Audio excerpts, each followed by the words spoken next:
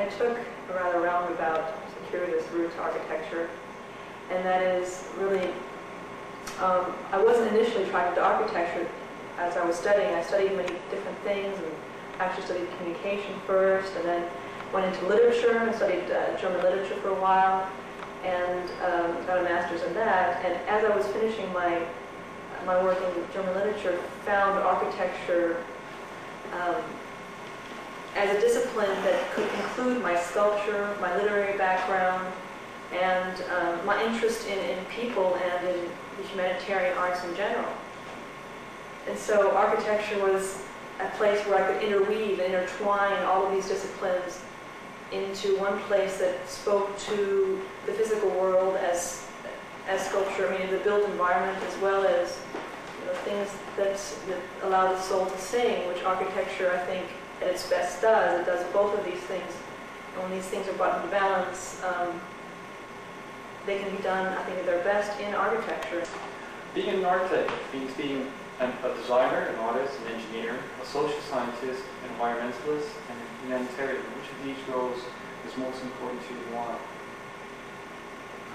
Well, certainly they all play a part in architecture, and that's what's so beautiful about this field, and what I think interests most of us is that it's a place where all of these things come to play more or less, depending on the individual, depending on the firm, depending on the circumstances. Which one?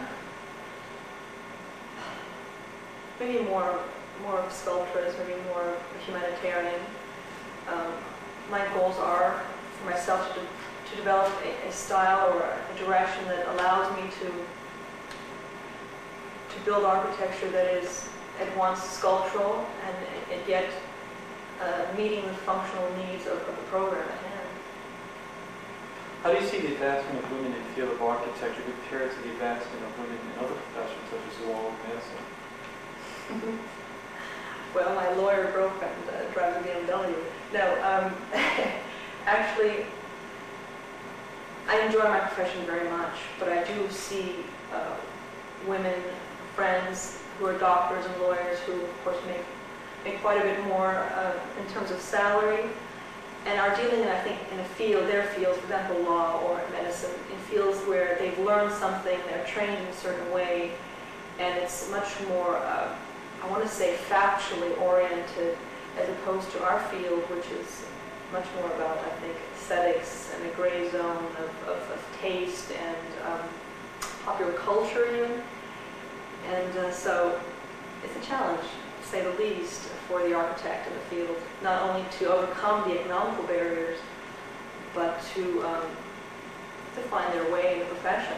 Have you expressed certain prejudice in the field of architecture, since it's mainly dominated by men? Do I feel prejudice, or? Well, does prejudice exist?